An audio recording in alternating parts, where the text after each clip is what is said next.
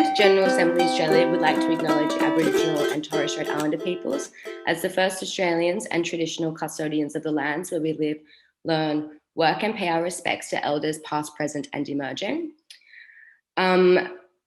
Quickly, just to do an introduction on General Assembly. General Assembly is a global tech education company helping people upskill in business, technology, data and design.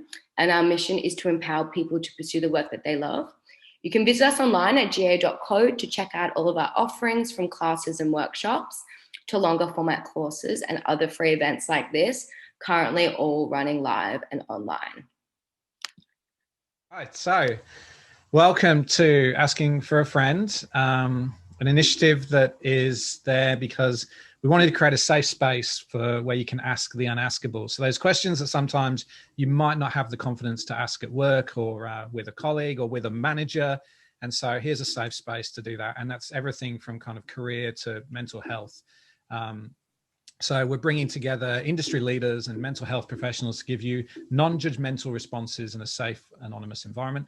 I should say you can put your questions in the Q&A, but also if you really do want to remain anonymous, then you can also just stick it in the chat to the panelists, and I'll pick it up there as well. So I'll keep an eye on both. I'm going to also post a link. So if you do need more urgent help, then we do have lots of links over here for you. So go check out mentally-healthy.org and the Need Help Now link there. And there's more help there for you if you need it. A little bit of a caveat as well. Everything we do with Never Not Creative and Mentally Healthy is volunteer run. And so essentially it's unofficial. We're a bunch of people using community to come together and tackle the challenges that our industry is facing. With that in mind, and remembering that, we don't necessarily have the context for your questions. So everyone's situation is different. Hopefully the advice that you receive today or the answer to the questions will help you take that kind of first step of understanding things. But we also will recommend that you continue to go off and get professional help if you need it. So with the housekeeping out the way, I'd like to welcome Sabina Reed. Sabina is a psychologist, presenter, broadcaster, facilitator, writer. I think we could go on, but we don't have time. So her expertise includes relationship and couple challenges, life transitions, career change, workplace issues, parenting, as well as mental health, stress, and the well-being across your lifespan. Sabina's passion is creating discussion and facilitating storytelling around the universality of the human experience with warmth, humor, and insight. Thanks for joining us, Sabina.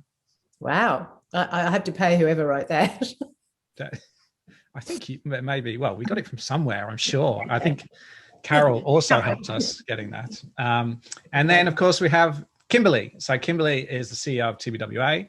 She's worked at some of Australia's most respected advertising, direct marketing, and digital agencies, advising leading brands as well as government agencies. She's acknowledged locally and internationally for her leadership within the industry and is considered amongst the top 10 of most powerful women in Australian media. So welcome, Kimberlee. It's really great to have you here. Hi, everyone. I'm also going to put in, so if you like this today, there's more of Sabina and Kimberlee chatting on this podcast as well. So there's a link there to a podcast, which I've listened to, and it was fantastic. So it's good to, there's some really interesting stories actually around Kimberlee, how you tackled looking after a team through COVID as well, which I think was great on there. So without further ado, we're going to get into questions that have been sent in beforehand. So you can always submit questions on the Never Not Creative website. So we'll spend probably the first half of the session going through those. And then as Kate said at the beginning, please add your questions to Q&A or the private chat if you need to. So, Kimberlee, I'm going to come to you first.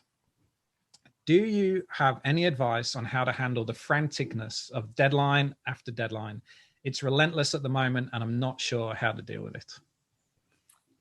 Yes, whoever wrote this, you are certainly not alone. I think, the industry itself and the amount of pressure that's coming down to do more things in a shorter time frame is becoming an enormous management challenge. I think, the advice, I can give you what I do personally in the first instance, because none of us are immune to these sorts of deadlines that we're encountering. And the first thing you have to do is create space for yourself within any given day. And almost you need to make a meeting with yourself that is non-negotiable, because if you get to the end of the day and you are just one deadline after another, then you've put so much in and actually taken nothing out. So things like your nutrition, absolutely, you have to make sure that you're putting that front and center. Make time for some exercise, and then also talk to your business. So one of the things that that we're constantly engaging with is the whole agency around where some of these deadlines are coming from. And then the senior leadership team are having conversations with our clients to really understand what is the driving force behind the deadline. Is it hurry up for the sake of hurry up? Is it hurry up only to slow down? Because then it gets, whatever it is that you're putting forward gets stuck in a bureaucratic loop client side. And sometimes just those open conversations and making clients aware of the pressure that these deadlines are putting on the team can open up a little bit of space. It's not always going to make every deadline go away, but we have to talk about it, because the answer is not, as individuals, for us just to keep on taking on more. But the thing that I would always come back to is you have to really look after yourself through these very busy periods, and it will be the first thing that you will let go of. You'll be, tight on time, and so you'll grab for snacks instead of actually taking the time to sit down and have a nutritious meal. In the agency, when we're pitching, which is obviously super deadline orientated, the one thing that we will always create space for is for the whole team to sit down and eat together. And also there's no fatty foods, there's no alcohol, there's no sugar. It is really about thinking as to, how can you look after yourself to best perform and make sure that you've got the right things going in. So it's kind of a combination of those things. Look after yourself, create some space that is non-negotiable in your day, and then at the same time talk to your immediate colleagues, talk to the senior leaders in your business, let them know the pressure you're under, and see if anything can be done to try and juggle some of these timelines so it's a bit more achievable. Yeah, that's great. It's funny, isn't it? Like that pitch is it's like game day, isn't it? So you should be kind of making sure that you're in tip-top condition for the actual pitch. But sometimes, if you've just, too many, I guess there's too many times I think I've been involved in the time where you might just finish it at 3:30 a.m. and then suddenly you're pitching at 9 a.m., right? It's finding time to look after yourself during. And sleep is okay as well. Like you yourself have to know when to call it, because there becomes a tipping point. More hours in the office, if they're not productive hours because you're too tired, or you haven't eaten properly, or you're pissed off because you haven't been able to get out and do the things that are important to you, you're not going to be working at your best. So being able to identify as well, where are my moments of high energy, and in those moments of high energy, I'm going to do everything I can to just focus and push through these deadlines. And then in my moments of lower energy, what are the things that I can do to either try and help lift my energy or give myself some rest so I can just stop. Yeah, great. Sabina, anything you'd like to add there? Yeah, it's so easy when we hear Kimberlee talk about self-care and everyone thinks, yeah, that's great, but not for me. I've got the wolves at my door. But from a psychological perspective, what I would say to that is I talk about the banana lounge and the importance of getting back to the metaphoric banana lounge every day. And it doesn't mean you've got a cocktail in your hand and a G-string on and the sun is shining, but it's that time where you have, and it could literally be for 2 minutes, where you're letting your body and your mind know that it's at peace and it's safe and it's quiet and it's not under threat, because everything, and I will self-disclose, I worked in PR and marketing before I was a psychologist. So I still relate to, it's not like I'm not dealing with a shitload of deadlines now too in the different gigs that I have, but that agency environment I know is frantic, and that 3 a.m. deadline. But all that means to the body psychologically and physiologically is that the saber-toothed tiger is chasing you. The body doesn't know the difference between the deadline being put on it by the client or a sick child or not enough sleep or too much rosé. It doesn't really matter. The body's not thinking or prioritizing. It just knows it's being slammed. And so being able to have time to get to the metaphoric banana lounge every day, a couple of times a day, is allowing the body to know that that threat in that moment has passed. And once we get back to that point, we recalibrate, and it allows us to go back into battle again, which is really what this question's describing, is how am I going to deal with a permanent state of battle? And if you don't give yourself the message, and that message is through all the things Kimberlee talked about, but it's also just through maybe turning on a meditation or mindfulness app for a few minutes, not because you're a Buddhist monk and you've got that down pat, but again, just to let the body know in this moment we can breathe again. And there's no short path, there's no shortcut without allowing that break. And then the other thing I would say is, when you're feeling so overwhelmed by demands and deadlines from other people, is it's so fine to say to them,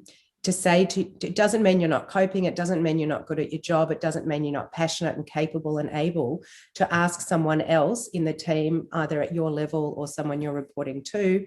I'm dealing with multiple demands here.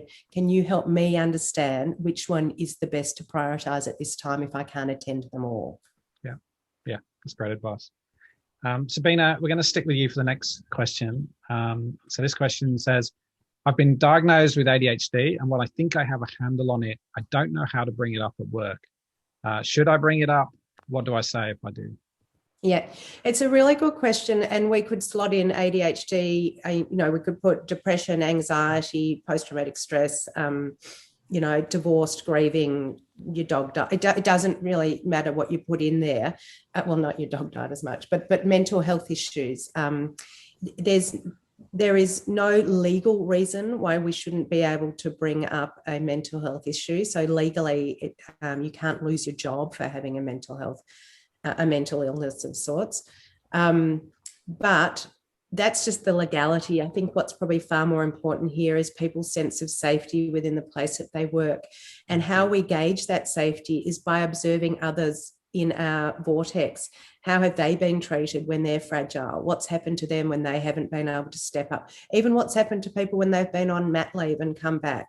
People are watching all the time as to what the culture is saying. It's not what it says on the back of the toilet door. It's not what it says in the HR manuals. It's how people have been supported or otherwise when they have shown or declared their cards. So that's probably the first thing, is, you're assessing what you anticipate the response to be. I think when ideally, if it feels safe enough, it is important to share something of your mental health concerns in the workplace. It doesn't mean you get on the blower and tell everyone in the office, but you choose the select or safest people to share that with. And yet do not assume that people that you're sharing, so you might say to them, I've been diagnosed with ADHD. I just wanted you to know. That's making an assumption, A, that your boss or colleague or peer or whoever it is you're telling understands the diagnosis that you're sharing. But B, it's also assuming that they understand the impact of this diagnosis on you. And no one can know that. You could, I like to say, if you've met one person with depression, you've met one person with depression. That's because it manifests differently for all of us. And ADHD, of course, is no different. So really what you're trying to communicate in this conversation is how it lands for you. So you might say something like, with someone who feels safe, once you've got that safety piece in check. I've been diagnosed with ADHD, and I wanted to share how it impacts you and how I think you're going to get the best out of me. What I need to really thrive in this environment alongside my ADHD. It doesn't define me. It's one part of me, and I've got some solutions that I'd like to share with you. So you're not saying to them, help me, I'm drowning. You're saying, this is what I know about myself, and this is what I know is what I need to work with this part of me. And I've got other parts of me that are freaking amazing and that, kick a lot of goals. And there's no shame, there's no judgment in this, not from me. And I'm not asking, and I don't want that from you either. So I guess it's more of a solution focused approach. I think, the safety aspect of it is a really important part, and really understanding what the culture of leadership is that's inside your business. And as Sabina said, you will be able to observe a lot of that. And even if you look at different instances where perhaps someone has, maybe had a family member who's been very ill, or had a very difficult pregnancy, or lost someone in the agency, for example, then you'll get a good read in terms of how your leadership team is going to come around one of those instances before perhaps you put yourself out there personally. I know in our agency, we've got some examples. We have a lot of people, as per the mould within creative agencies, a lot of people suffering from varying levels of depression and anxiety. And we have in place what we call a surf's up protocol. So if anyone does come and talk to us that they've got that going on, we'll just say to them, it's absolutely fine. You're now on the surf's up protocol plan, which just means if you're having a really shitty day and you don't think the best place for you is going to be in this environment, you literally just need to send a text message to myself or our Chief Creative Officer. All it's got to say is surf's up. We'll know what's going on, but the commitment you must make in return to us is that you take a phone call from us later in the day, and that is purely for us just to see if you're okay. Another example, we've got someone in the agency that has dyslexia. So again, from a leadership perspective, when we've got long files that perhaps may need to be read, we have gone to the extent of saying, I'm happy to be the voiceover talent, if you like. I'll read it out, record it, and then you can listen to the dialogue rather than need to read it if that's going to be helpful. Now, you're not going to get that in every agency because it is going to come down to the culture of the leaders and their level of compassion for staff. But I would challenge that if you don't feel like you can be yourself in the environment that you're in, then that's not the environment for you. Yeah, great. Bravo. That's great. We have 5,000 people applying for jobs at TBWA now.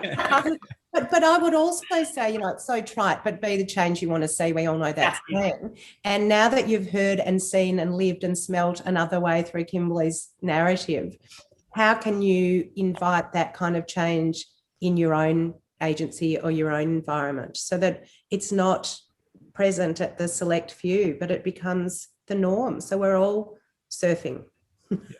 Yeah. 100%. Yeah, brilliant. All right, Kimberlee, over to you.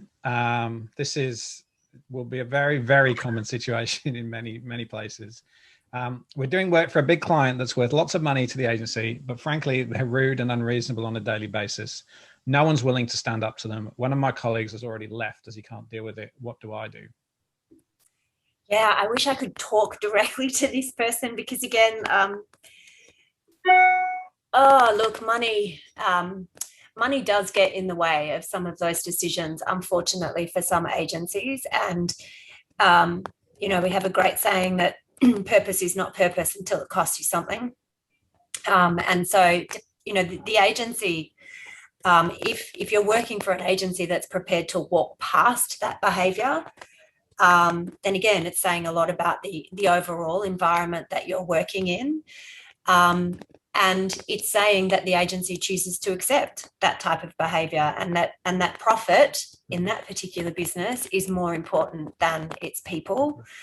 In the first instance, I guess, if you are directly receiving the rudeness and the unreasonableness, I would call it out. My advice would be to actually call it out to that client, to just say, hey, something's not right here. Like, what's going on? Can we get underneath it? Can you help me understand why they're the type of interactions that we're having? Sometimes it's that people are geared that way, but more often than not, it's that they might have other things that are going on inside them, or other pressures that perhaps they're facing within the business, and no one's actually stopped to ask them. They could be getting, we see it more often in junior clients, because they're getting so much downward pressure from their business and they feel like they don't count anywhere and they can't push back internally. So they go to the next best step, which is they push on agency side because they're paying us. And then the threat of, well, if you don't like it, suck it, I'll take my money elsewhere. So that I fundamentally believe that almost everything can be solved through having a heart-to-heart, a proper human conversation. And so that would be the first thing that I would advise you to do. The second thing is just make sure that it's elevated to the point where the right stakeholders within your business are also aware of it, and make sure they're really aware of what the implications of those interactions are having on you personally and on your team. Just to watch out. When we do hear of this sometimes, it might be that the person who's actually receiving that type of confrontation doesn't want to step forward, so then others step forward on their behalf. That makes it really difficult from a leadership perspective to get in under the skin. So if it is something that you are facing, put your bravery on and get out there and confront it head on with the client and with your management team. Because if you've confronted it with the client first, again, you can go to management to say, these are all the solutions that I've tried. Do you have any other suggestions on what we might be able to do here? And if they draw blanks as well, then, it becomes, well, it's an unworkable situation, and I am not prepared to encounter that any longer. And you have to be prepared to walk away if that's where it gets to. Yeah, I think that we gave myself and Chloe Hooper from PhD, we were with a few agencies last week and also Mumbrella, and we did a mentally healthy presentation. And one of the things we talked about was, we all talk about being able to support each other and have a discussion to check we're all okay. And that actually, someone might be behaving erratically or rudely, but you just don't know what's going on with them. And we only really ever talk about that within our team, but actually it's perfectly okay to ask that of your clients. Yeah. Because you are meant to be working with them as well. And sometimes it is because there's something going on with them. So I think, that's great advice to be able to do that. Mm-hmm. Sabina, anything you'd like to add there? I think what the core of that question is asking about is how to manage different, different personalities and how to have difficult conversations. And that's a universal theme that we could talk about in the family unit, in the workplace, with clients, across the board. And when that's the situation at hand, regardless of the place it's taking place, I'm going to have to go and get a drink. I'm choking. I like to focus on the commonality, and it sounds, I know it's not easy. Whoever's asking this question is probably feeling really, like they're struggling or they're being personally attacked. When we look for something that we have in common with a person that we're having difficulty with, it does help to soften and shift the dynamic, both at an interpersonal level and also at a task level, so that we're not thinking like we're against each other, both in the way we're approaching the issue and what the issue is we're trying to, work on, the task at hand. So that's it's a softening technique, I think. I'm going to give you the chance to get a glass of water. Yeah, thank you. So I'm going to go to Kimberlee. Someone is taking the opportunity here of getting on the career ladder. So this has probably been asked before, but there seem to be very few entry-level jobs around. How do I get my first job? What would get me noticed with TBWA? We do have a graduate program. It's called Fresh Fries, and there's a yearly intake. I think a lot of the big agencies do tend to have these graduate intakes. Outside of that, from a creative perspective, award school is something, it's still a good talent hunting environment for agencies. But in terms of what will get you noticed, attitude and putting yourself forward. I'm going to tell you a little story. So I was on a plane coming back from Adelaide. This was a couple of years ago now. There was a woman, after we'd landed, she stood up, she looked back, she glanced at me, and then, I thought nothing of it. Before I had gotten to the baggage carousel, I had a message on LinkedIn from her. And she said, "Did I just miss my opportunity to meet you and say hello?" To which I responded and said, "Absolutely not. Now that you've found me on LinkedIn, I will make time to have a coffee with you on the basis that you've reached out in this way. She's now been working for us for 2 years. Great. And it was because of her initiative and because of her attitude and because of her, you know, just willingness to have a crack and have a go at anything, that she got time and attention. You know, you can't teach that in people. And so really think about the attitude that you're presenting with and the hunger. And of course, from a creative perspective, there's a lot that goes into looking at portfolios and books. And so if you haven't perhaps worked with clients that you felt have enabled you to create a body of work that you're most proud of, then what are some of the side projects or the personal projects that you're really interested in? Pick an issue you're really proud of or really passionate about, and think about ways that creatively you might want to tackle that subject. Or before you go to meet with an agency, have a good look at the clients that are on their roster, have a look at their advertising, and then put forward your point of view as to what perhaps you might do differently if you had the opportunity to work with some of those brands. So it's all, for me, it's all attitude. It's, we say in the agency, there's got to be two things. You have to have two things to get a job here. You have to be great to work with, and you have to be great at your job. And you can't be one, you've got to be both. Because we don't have room for assholes that are very, very talented or really lovely people that don't have the talent. Yeah, great. Okay. Okay, Sabina, next question. Can I just also add on that? Because I'm also the ambassador for Seek. So I speak to people, you know, and developing content all the time in the way of webinars and blogs and things for Seek around job hunting and the challenges. And Kimberlee's really spoken to it, but the power of transferable skills. And we all have a big bag of transferable skills that have not necessarily come from an industry or a sector that you've worked in. You might never have worked in an agency and you want to, and you're trying to crack the agency, you know, first agency gig, but it's this skill set that you will have picked up through volunteer work, through previous jobs, through parenting, through babysitting. I mean, it does, you know, like it's pulling together that skill set and then conveying very clearly to whoever you're wanting to get a job with, how that skill set that you've already got hangs on this new opportunity that you're trying to create. And I also say to my kids who are 18 and 20 now, but all the time, if you don't ask, you'll never know. So don't be forward. I love that story of the person who's approached Kimberlee in an airport. Like, yeah, I've done some of my best deals in a karaoke bar, you know. Who knows when the moment's right, when the connection's there, let it rip. Yeah. Great. Okay, so Sabina, how do you check up on someone who is struggling with their creative career path? So I have a close friend who's feeling trapped, doesn't know what to do with their skills. It feels like this person is getting more desperate with their future all the time, but not really talking about their struggles as well.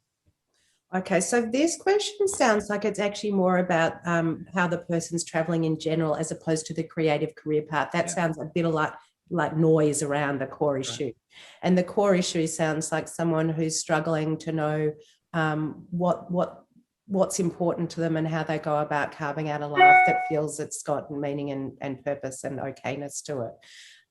So the first thing I think is to say to someone, and whenever we're talking to anyone, whether it's a friend or a colleague or a stranger or in the workplace, is to when you're concerned about someone, stick with observable facts. So instead of saying, you look like, you know, let me think, my mother-in-law's, you know, got anxiety and I think you've got anxiety as well.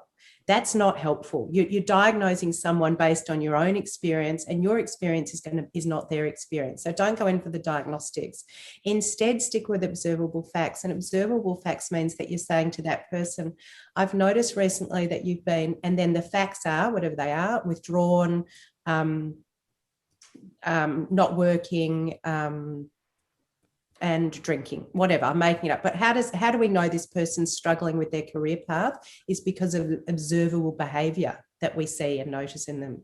And when you bring up those observable facts and then say something like, you know, like, have I got this right? Or help me, you know, is that what it's like for you? Or have I missed something? Or just an opening sort of statement. It allows them to to respond without feeling defensive. Because really, I think what you're asking this person is, how are you doing? It looks to me like you're struggling on a few parts. And then it's not that you need to fix them. You don't need to have all the solutions.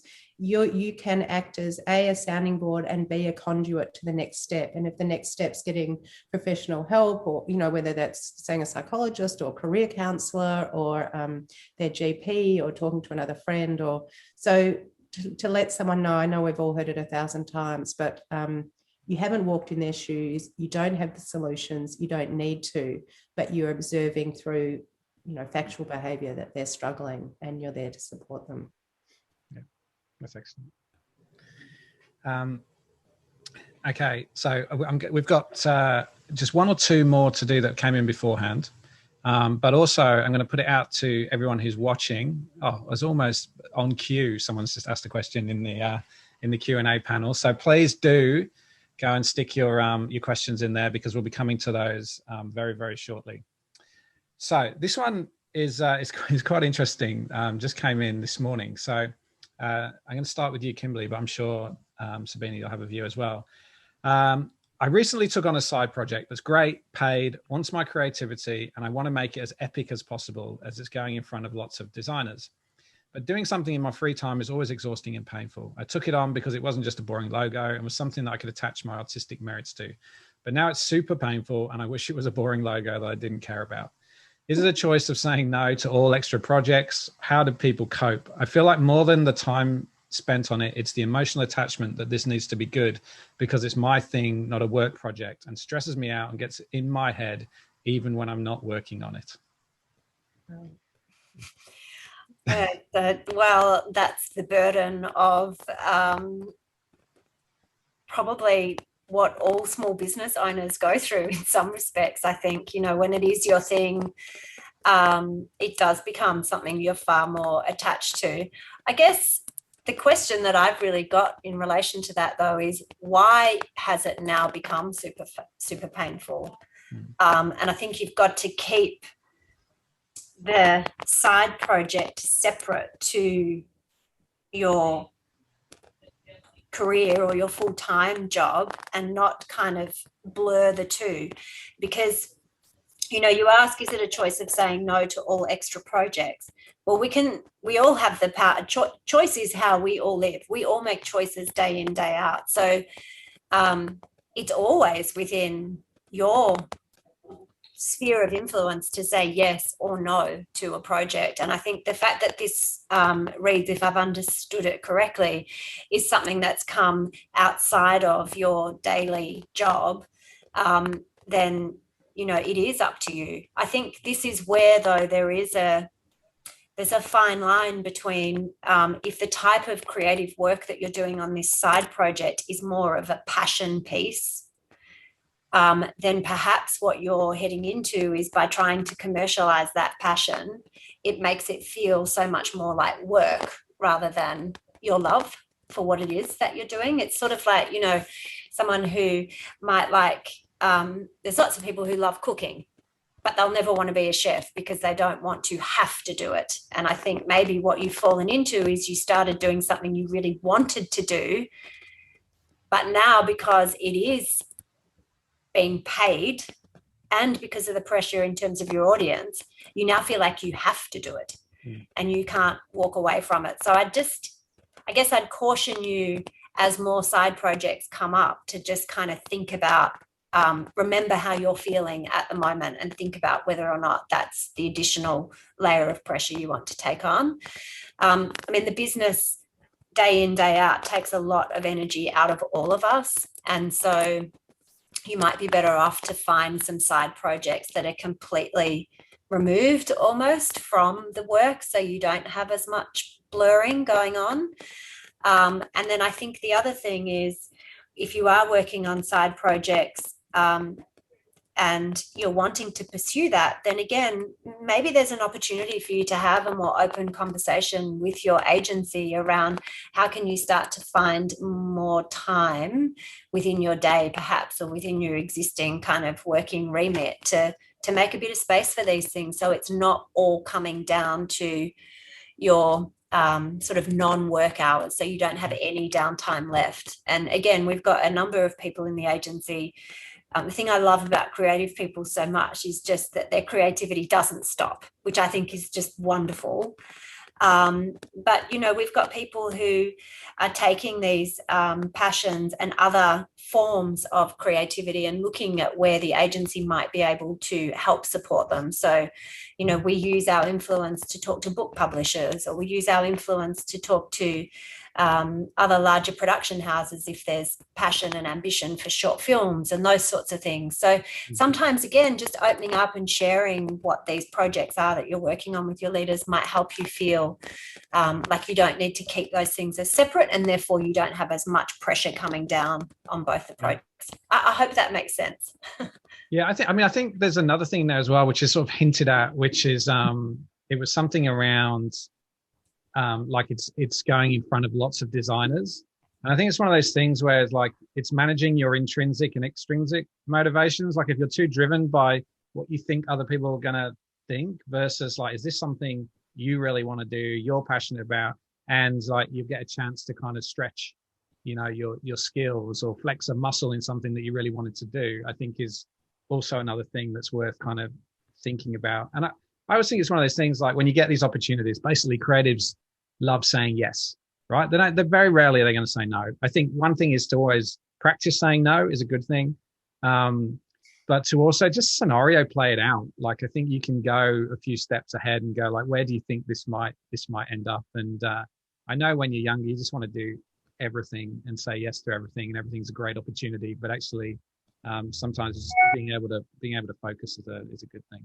Yeah, and I think, you know, the point about it really stressing you out, like you can use that as motivation, and it's your own internal pressure that you're applying on yourself. Just remember that they wanted you, and so they're excited to see what it is that you're coming back with. And sometimes I know we all kill ourselves over the craft and wanting to just, you know, agonize over every last little detail, and you know, it will be appreciated, but by the same token, sometimes we might put far too much pressure on ourselves for what the project actually demands.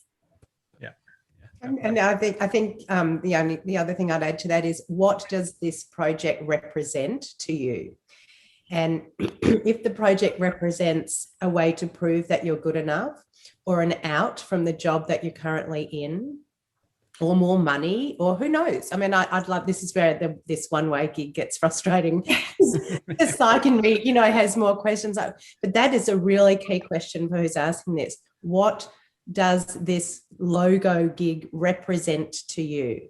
And once you dig a bit deeper there, you'll probably tap into some of the values that, you know, are important to you or are not important to you. And we sure as hell know what it feels like when we breach our own values. And your values might have also shifted from the time you took on this project to now, and what it represents might have shifted as well. That's a really interesting point as well, because you can also build up projects that will be amazing opportunities to you, but actually to the person that's commissioning it, they might not have anywhere near the same amount of importance put on it. And so that can also be quite, like if your motivations aren't aligned, then it'll become clear pretty quickly once you start working together. Yeah. All right, let's move on to some of the questions that have come in. There's some really good questions. So here's one. And let's go. Can we see them? We can't see them, can we? They're not on. Yeah, if you open up the Q&A panel, you'll be able to see it on the side. There you go. I'm going to come to you first, Sabina, with this question, which is, but I think you'll both be able to answer it. How might you bring up observable facts with someone who is narcissistic, passive-aggressive, or stonewalls? Well, first of all, not to use those terminology. I observe that you're a narcissist. That's not a good observation. But on a more serious note, what is it about the narcissist? What is it about the behaviour that you observe? So we've got there, I'm looking at them, narcissistic, passive aggressive, or stonewalling. There we've got the diagnostic sort of labels. But what is it that you're observing? Is it oh, can this person answer back? It'd be great to like, what do they see? Do they see someone who is inflexible in their thinking, or not open to new ideas, or unwilling to dialogue further, or so it's actually a great question, because it's what I was talking about before. Instead of saying, oh, well, I think you've got depression, or I think you've got anxiety, it's, I noticed that you're coming to work late a lot. Yeah. So unpack, let's ditch the labels. For even though I'm a psychologist, I am not into labels at all. I think they do us a disservice unless someone feels they're useful to them. I'm always open, if someone says, well, it's meaningful to me, so then I'll sit with it. But in this instance, I reckon ditch the labels and think about the impact of what the behaviour looks like and the impact on you and them. Yeah, that's great. Kimberlee? Yeah, I mean, my answer's pretty similar to Sabina's. I don't have a lot of time for conversations in the background. I'm very kind of lean in, talk to them directly, let them know what it is that you're experiencing them. For the most part, when you call out shit human behaviour, people don't want to be defined like that. Most people, when you actually sit down and say to them, are you aware that you are doing X, Y, and Z and how that is making me feel? 9 times out of 10, they either won't be aware because it's just how they've kind of grown up, or they won't have stopped to think about how their behaviour is impacting others. And so if you just can, again, like confront it head on and let them know that this is what's going on and how it's making you feel, you will be at least 50% of the way to solving the problem. I also think, and I agree with what Kimberlee is saying, that before we get to the impact on us, because that's putting an ask on them, we need to check in. So if you're observing, let's say someone who's narcissistic, I observe that sometimes you're not wanting to, it's not okay for you to have a big conversation in the meeting or whatever. Say it's someone who's keeping, just thinking about themselves. Tell me what that's like for you. Or have I got that right? Or is that what it is? Is that your experience as well? Or have I missed something there? So you're giving them an opportunity to reflect before you say, and do you know how the hell that lands on me? Because it's, shit for me. Then you're going to have their backup. Yeah. The other tip I would say is never ask a question starting with a why. When we ask whether it's a toddler, a partner, a client, a colleague, probably even your dog, a question starting with why, you are getting that person already on the back foot. Why are you home late? Oh, because I was, why is this project, on coloured paper? Oh, because I thought that whatever it is, you have to defend yourself. Yeah. So instead of starting a question with a why, ask, how did you arrive at this? Or what was it like for you? Or when could we look at it? And it softens the approach. But why is really asking someone to have to do that. That's brilliant. Yeah. Okay, next one. Let's go to Kimberlee. Okay, so I've heard the term unicorn used to describe a designer that can also code, and I've also read discussions debating whether they exist or not. But I'm just that. I have a really broad experience and lots of experience, but I get the feeling that most employers don't actually see it as a benefit. They see someone who's not a good fit for exactly their narrow role, and they don't see how a broader perspective can help them. Although I follow my interest, exploring different areas of design deeply and come out with expertise in each, I worry that my experience appears to be spread too thin. Any advice? Yeah, so I think sometimes starting out a conversation with an employer as to the value that you believe you can add to their agency through the knowledge of how their agency is structured. And for me, it's kind of like, what's the core task, and then what's all the additional value that that you can offer. So what I can't quite tell from here is if you kind of consider yourself to be designer first, that's then built out the additional coding skill.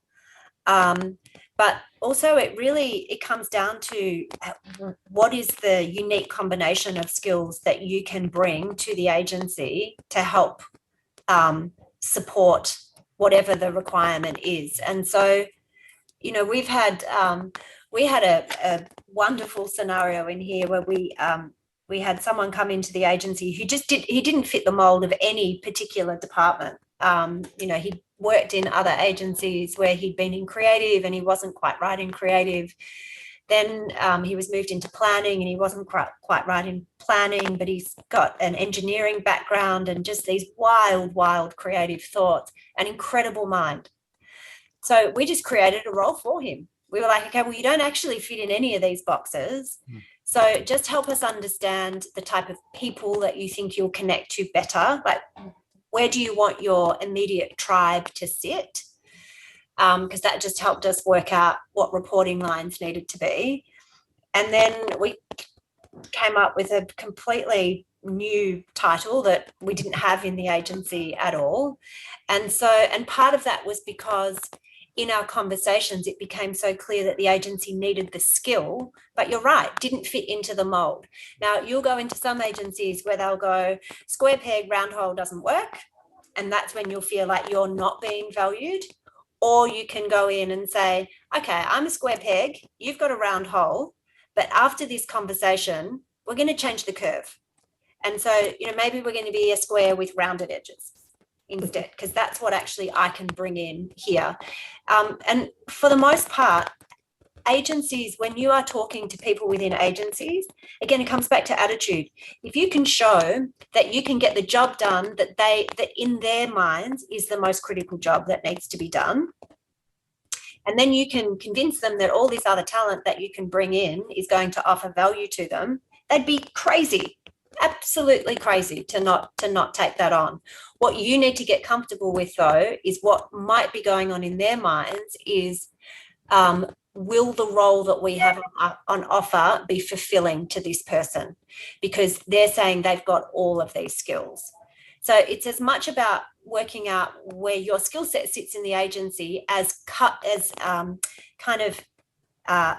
countering any of the niggles that they may have in their mind. Because in their mind, they've planned out their org structure. They know exactly who you're reporting into. They know exactly how much money they're prepared to pay for the role, and they've got the scope of work already set up.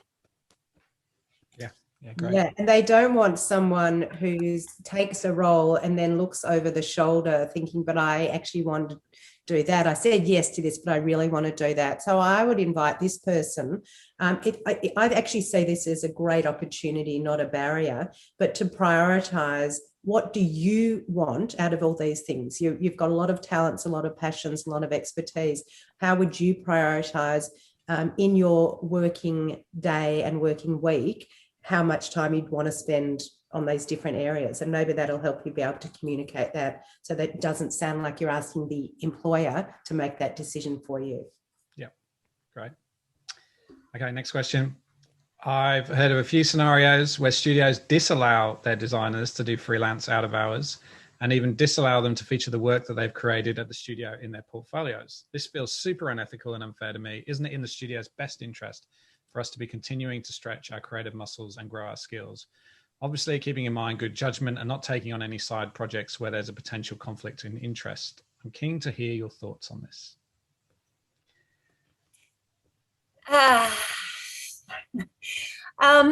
Well, I mean, from our perspective, we allow it. So it's a tough one for me to comment on. It's just stupidity, in my opinion.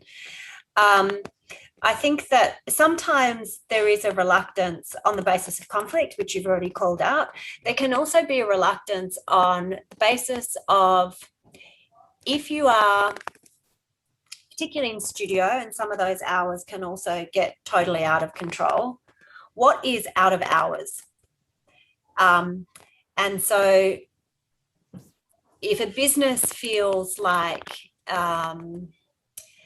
even although your contact hours aligned to the official opening hours of the agency, so let's call it, 9 to 5 or 9 to 6 or whatever it might be, they may have a fear that if they know you're taking on additional work, then will you be rested enough to be able to perform at your best for the work that the agency requires you to do? So they're just, yeah, I mean, I'm sharing that more in terms of some of the issues that management would have with it. And then in terms of work that you've created at the studio in your portfolio, so we have had some instances where some of our teams have published work on personal portfolios, sometimes prior to work being released, and sometimes work that we have known at a management level had like an embargo against it of no PR, et cetera, et cetera. So the advice on that would be just check with your management before you publish it. And if they say no, ask them why not. Like, ask to really understand what the limitation is against that. But, you know, if they're publishing it on their website, then I would argue, yes, you should be able to publish it on yours. But again, I may not be the best. I'm not a hard ass when it comes to that stuff, because I love creativity so much and I want everyone to see it. So, and it speaks volumes around the businesses that are still behaving in this way, I think, right? Like, it's, you know, it's quite an old school way of thinking, and that, you know, you own someone that's working for you. Yeah. We don't live in that world anymore. Like, as well as, you know, there's more and more people doing freelance work. And also at the same time, we ask people to tell us in job interviews, you know, what else are you doing? What are you passionate about? Because we want to know about that. And that's why we hire you, but we don't want you to do it when you get here. And so, yeah, I think that it's finding places like that and then potentially steering clear of them is probably the way of thinking. I guess it comes back to what you said earlier, Sabina, around like finding your values and making sure that, you know, wherever you are and whatever you're doing, you've got alignment with it as well. Yeah, and that question is really about someone's fear. I mean, I just look at, you can distill every conversation, every single human conversation down to, you know, emotions, really, that what's sitting there. And for this question, it's someone's fear.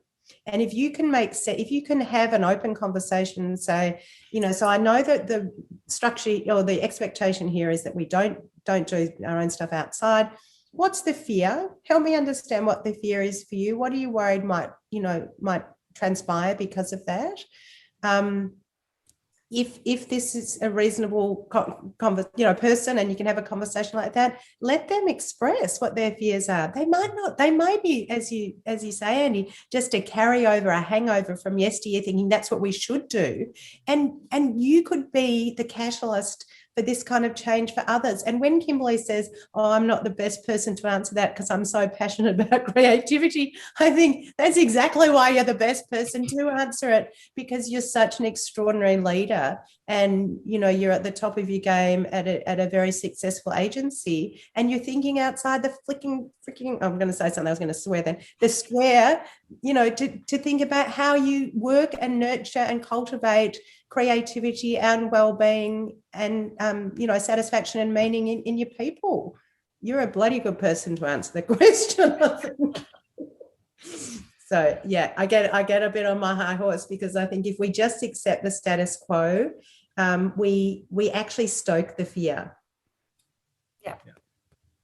Okay, I've got a question here which looks like it's in pieces, and I'm hoping I'm going to put it together in the right way. And I'm trying to do it just by kind of time stamping it. So I think these are next to each. No, maybe it isn't. Okay, we'll just start with this one. And then whoever's question this is, please let me know. There's one with examples around not pulling weight, etc. If you want to just maybe resubmit that one and let me know that I'm doing it in the right way. So here's one. How do you bring about change within a workplace when you're running into opposition from management to keep things the way they are? Things like project management workflows, design software, or more responsibilities in the role that helps keep skill sets industry standard and growing.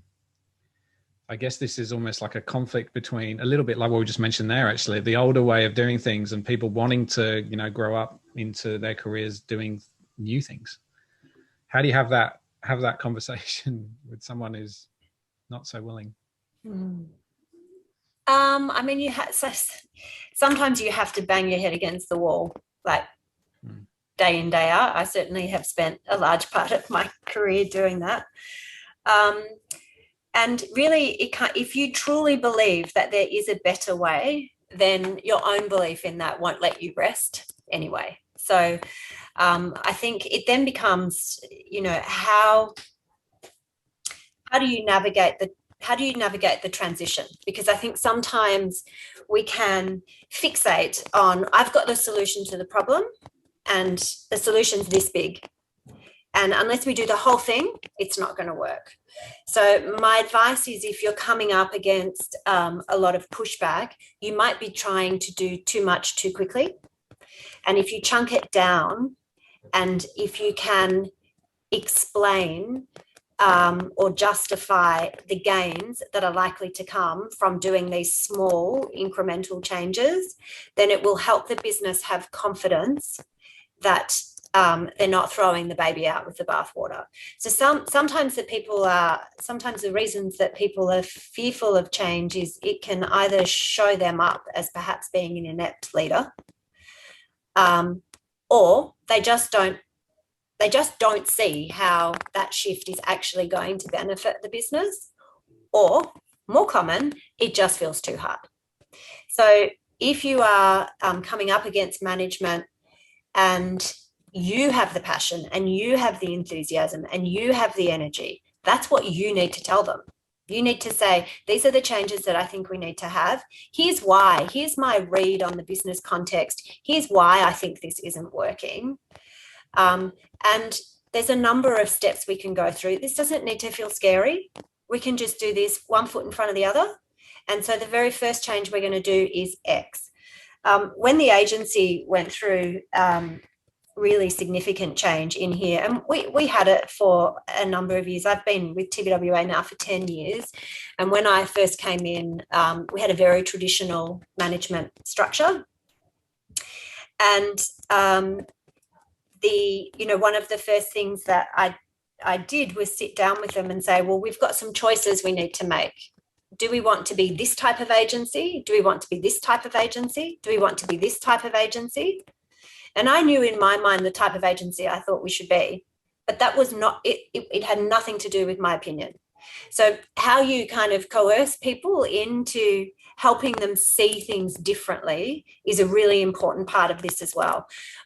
Don't just show up with, I'm the panacea, I've solved it all, none of you know what you're talking about. Invite them into the conversation. Encourage them to see the things that you are seeing.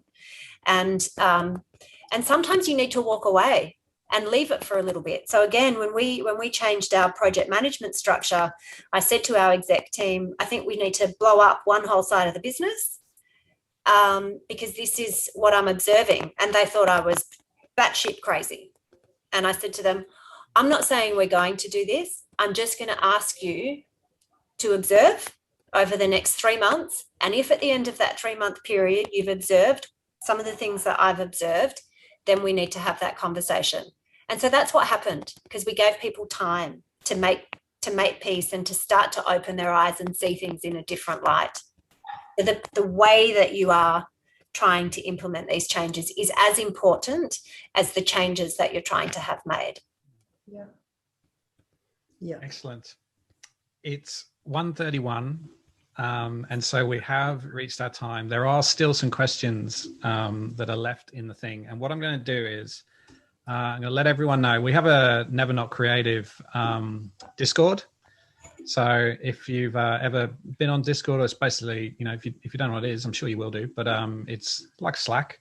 But I'm going to put the questions into there, and I might even come back to Sabina and Kimberlee. Maybe we can have a quick chat on email, just whether you've got a couple of bullet points for the questions that come in, and I'll put them into Discord. This has been amazing. You guys have been fantastic in terms of I think this mix of which always seems to work with Asking for a Friend, a mix of industry relevance and the kind of psychological support has been amazing. So thank you so much for giving your time today and for joining us. We're back on the next first Thursday of the month. So there'll be a link about that soon. And I'm going to invite Kate back up to help us finish off. But once again, Sabina, Kimberlee, thanks so much. It's been brilliant. Thanks, Andy. So yeah, it's been a robust conversation. It's great to be here, and great to do a double act with Kimberlee again. Likewise. Thanks, Andy. Thanks, Sabina. Hi, guys. Thank you all so much, Kimberlee, Sabina, and Andy, for such a brilliant discussion. It was really insightful, and I'm sure everyone here really appreciated it. I just wanted, before everyone to go, if you could take a couple minutes to fill out the feedback form. I've posted it in the chat box. We really appreciate all the feedback we can get, so we can always continue to improve our online events. Anyway, that's all we've got time for today. So enjoy the rest of your afternoon, and I hope to see you next time.